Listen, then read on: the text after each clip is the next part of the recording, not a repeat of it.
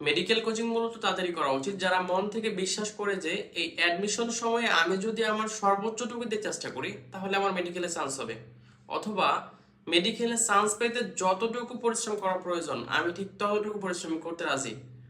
যদি মাইন্ডসেট এই দুইটার একটাও না হয় তাহলে আমি মনে করি এবং আমি বলবো এটাই যে মেডিকেল কোচিং করে যতটা লাভ হবে তার চেয়ে বেশি ক্ষতি হয়ে যাবে। সত্যি বলতে আমি এমন অনেক স্টুডেন্টই দেখেছি যারা বিলিভ করতো যে আমাদের মেডিকেলে চান্স হবে না, কিন্তু তারপরে তারা মেডিকেল কোচিং করতো, হয়তো নিজের ইচ্ছায় অথবা বন্ধুদের দেখা দেখি বা পারিবারিক চাওয়াকে প্রাধান্য দিতে গিয়ে। কিন্তু তারা যদি ভার্সিটি কোচিং করতো তাহলে অনেক স্টুডেন্ট এমন ছিল যে ভার্সিটিতে তাদের ইজিলি চান্স হয়ে যেত। তারা পরিবারকে হয়তো অনেকে বোঝাইতে পারে নাই যে আমার ভার্সিটিতে বা মেডিকেলে চান্স হবে না, আমার ভার্সিটি কোচিং করা দরকার। পরিবার বা ফ্যামিলি বাবা মা তারা তো মনে করে যে আমার স্টুডেন্ট, আমার ছেলে মেয়ে ট্যালেন্টেড, তারা পড়াশোনা করে আসছে খুব প্রপারলি, তাই না, এইচএসসি তে খুব ভালো করে আসছে বা অ্যাডমিশন টাইমে খুব সর্বোচ্চ চেষ্টা করবে, চান্স হয়ে যাবে।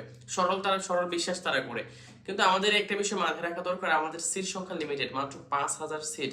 তাছাড়া আমরা আমাদের যে পড়াশোনার অবস্থা এটা আমরা জানি, আমরা কতটুকু পড়ছি, কতটুকু আমাদের পড়ার প্রয়োজন আছে, আমাদের এখনো কি কামব্যাক করার সুযোগ আছে কিনা অ্যাডমিশনে, তাই না, এইচএসসি রেজাল্ট কি হবে এটা আমরা মোটামুটি আইডিয়া করতে পারি, গার্ডিয়ান তো এটা আইডিয়া করতে পারবে না। সো তাদের মিথ্যা আশা দেওয়া বা তাদের পরামর্শ বা চাওয়াকেই প্রাধান্য দিয়ে আমি একটা ভুল ডিসিশন নেওয়া, এটা আসলে আহ, আমাদের টোটাল আমাদের অ্যাডমিশনের জন্য ক্ষতি হবে আর কি।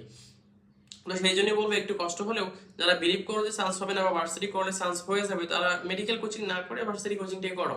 অন্তত ফ্যামিলিকে একটু কষ্ট করে হলেও বোঝানোর চেষ্টা করো। আহ, কোথাও চান্স না হওয়ার চেয়ে ভালো তো অবশ্যই একটা ভার্সিটিতে চান্স হয়ে থাকে, তাই একটা পাবলিক ভার্সিটিতে পড়ার সুযোগ পাওয়াটা তো অনেক ভাগ্যের ব্যাপার আসলে। আমাদের যেহেতু ভার্সিটি বা মেডিকেল সব জায়গায় সিট সংখ্যা লিমিটেড, একটা ভুল ডিসিশনে আমরা হাতছাড়া কেন করব? ঠিক আছে, আবেগে শুধু শুধু মেডিকেল কোচিং করে তো লাভ নাই। যদি তুমি বিলিভ করো যে চান্স হবে না বা সেই পরিমাণ পরিশ্রম তুমি করতে পারবে না, তাহলে একটু ভার্সিটি কোচিং করো। সময় থাকবে বেশি, নিজেকে গোছানোর সুযোগ থাকবে, আর চান্সও হয়ে যাবে ইজিলি। আমি বলতেছি না যে তুমি মেডিকেল কোচিং করো না, বাট যদি তুমি বিলিভ করো তোমার চান্স হবে না, আলটিমেটলি চান্স হবেই না। ওকে। আর যদি তারপরে মনে হয় যে আমার আহ, নিজের নিজে বিলিভ করতে পারি বা না পারি, আমার ফ্যামিলিগত ভাবে যে চাপ দিচ্ছে বা বোঝানো সম্ভবই না আমার মেডিকেল কোচিং করাই লাগবে, সেক্ষেত্রে বলবো তুমি সর্বোচ্চ টুকু দিয়ে চেষ্টা করো। তোমার মন মানসিকতা সবকিছু দিয়ে ঢেলে দাও মেডিকেল কোচিং এর দিকে। মেডিকেল প্লাস ভার্সিটি এমনটা না যে মেডিকেল যদি না হয় তাহলে ভার্সিটি করা লাগবে, এমনটা না।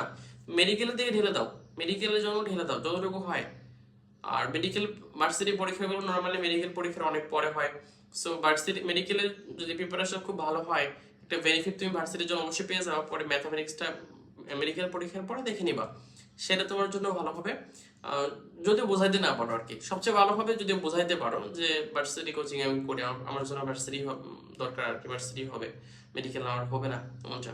আর যাদের মেডিকেল কোচিং করতেছো বা যারা বিলিভ করছো মেডিকেল হবে বা হওয়ার মতো এখন সুযোগ আছে হাতে, জাস্ট পরিশ্রম করা লাগবে। তারপর এই সামনের যে কয়েকটা মাস, 4 মাস 5 মাস হোক বা 3 মাস হোক, সর্বোচ্চ সময়টুকু, এই সময়টুকু তুমি সর্বোচ্চ ইউটিলাইজ করো, সবচেয়ে বেশি পরিশ্রম করো।